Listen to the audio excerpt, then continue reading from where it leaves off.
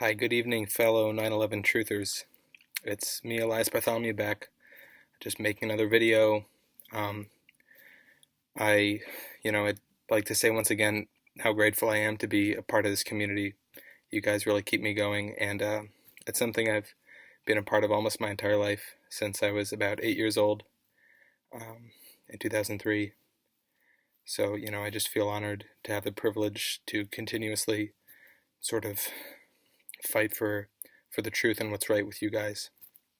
With that said, I'm just gonna read something I wrote earlier today. I posted this online, but I figured I might as well use as many channels to get it out as I can. So today I'm going to talk about conspiracy and how that word can be used to stigmatize our movement. So here goes. The terms conspiracy theorist and conspiracy nut are used frequently to discredit a perceived adversary using emotional rather than logical appeals. It's important for the sake of true argument that we define the term conspiracy and use it appropriately, not as an ad hominem attack on someone whose point of view we don't share. I guess I started with just the Webster's Unabridged Dictionary, which defines conspiracy as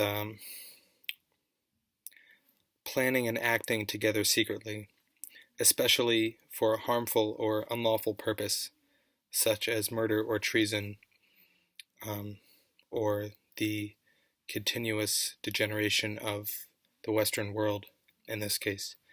It was in this sense that Mark Twain astutely observed, a conspiracy is nothing but a secret agreement of a number of men for the pursuance of policies which they dare not admit in public. Mark Twain being one of the stalwart, fundamental thinkers of this movement. Conspiracies are not common. If they were, police stations would not need Jesus Christ. Let me start over. Conspiracies are common, obviously. If they weren't, police stations would not need conspiracy units to investigate and prosecute crimes such as conspiracy to import cocaine, or any other collusion on the part of two or more people to subvert the law. Unfortunately, too many people smugly chide conspiracy theories as if they imagine that such a derisive characterization reflects superior intellect, whether or not they know anything about the issue in question. It's a pitiful display of ego inflation and intellectual dishonesty, yet it appears to be a common approach preferred by those either short on information and critical thinking, or harboring a hidden agenda.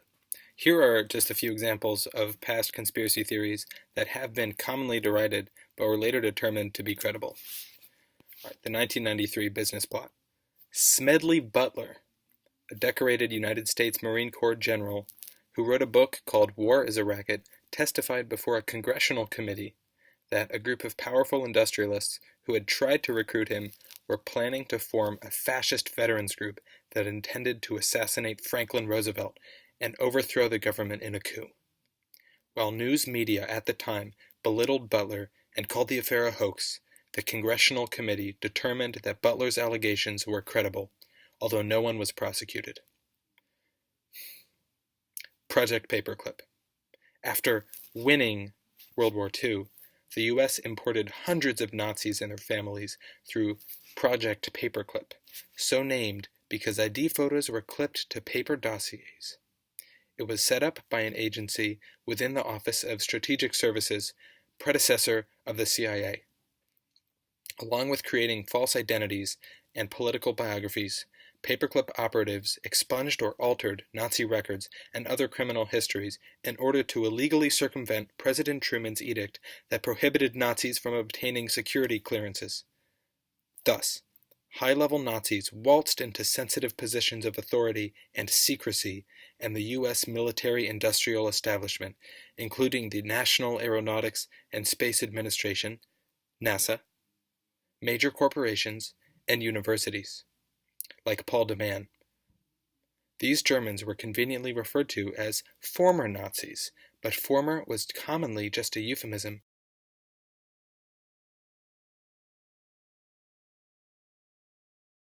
for active and ardent. Consider the irony of the United States' moon mission. In order to successfully land men on the lunar surface and return them to Earth, the US depended almost exclusively on Nazis. A notable example was rocket scientist Werner von Braun, a member of the Allgemeine SS, who would eventually lead the US space program. Von Braun had exploited concentration camp labor in Germany to build V-2 rockets at the Peenemünde, and German aviation doctors' gruesome and often fatal experiments at Dachau and other prisons afforded information that would help keep American astronauts alive in space. While many Americans would prefer to call it a conspiracy theory, the United States defeated the Nazi organization in Germany only to transplant the ideology directly into the US after the war, and not just among members of the lay population, but, more significantly, among members of the very military-industrial complex that President Eisenhower, a five-star general during World War II, had presciently warned the nation about in his 1961 message of leave-taking and farewell. Operation Northwoods.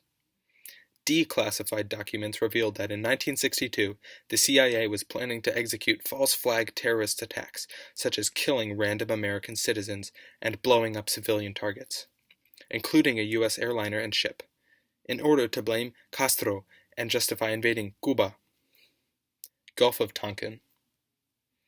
President Lyndon Johnson used a contrived version of this 1964 event to justify escalation of the Vietnam War. It was claimed that Vietnamese gunboats had fired on the USS Maddox. It never happened, or at best was grossly distorted and overblown. Yet the story served to prompt Congress to pass the Gulf of Tonkin Resolution, which provided the public justification Johnson needed to attack North Vietnam. This led to the deaths of about 2 million Vietnamese people and 50,000 Americans. MLK Ultra. As its codename suggests, MK Ultra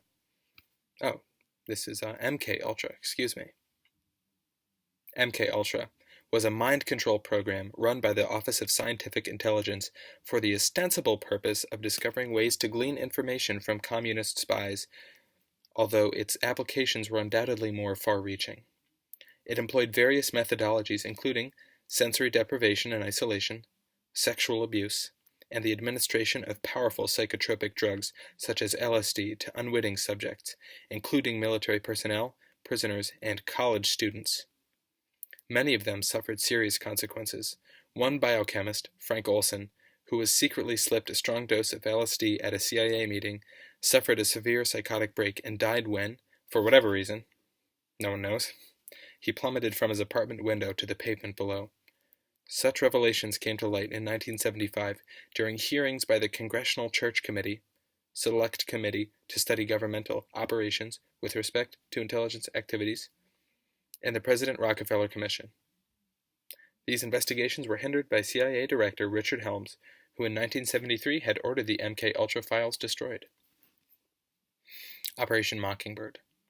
This was a CIA media control program exposed by the Church Committee in 1975. It revealed the CIA's efforts from the 1950s through the 1970s to pay well-known foreign and domestic journalists from reputable media agencies, and I use that in the most facetious way possible, such as the Washington Post, Time Magazine, Newsweek, the Miami Herald, the New York Times, the New York Herald Tribune, Miami News, and CBS, among others, to publish CIA propaganda manipulating the news by planting stories in domestic and foreign news outlets.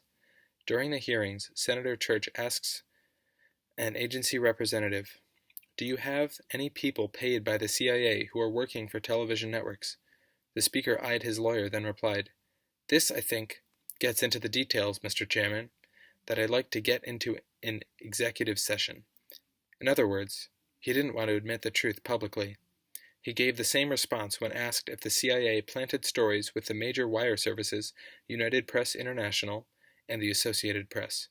In his 1997 book, Virtual Government, in the chapter, And now a word from our sponsor, the CIA. The birth of Operation Mockingbird, the takeover of the corporate press, and programming of public opinion. Alex Constantine claims that during the 1950s, some 3,000 salaried and contract CIA employees were eventually engaged in propaganda efforts. I'm curious to know what the estimate would be today.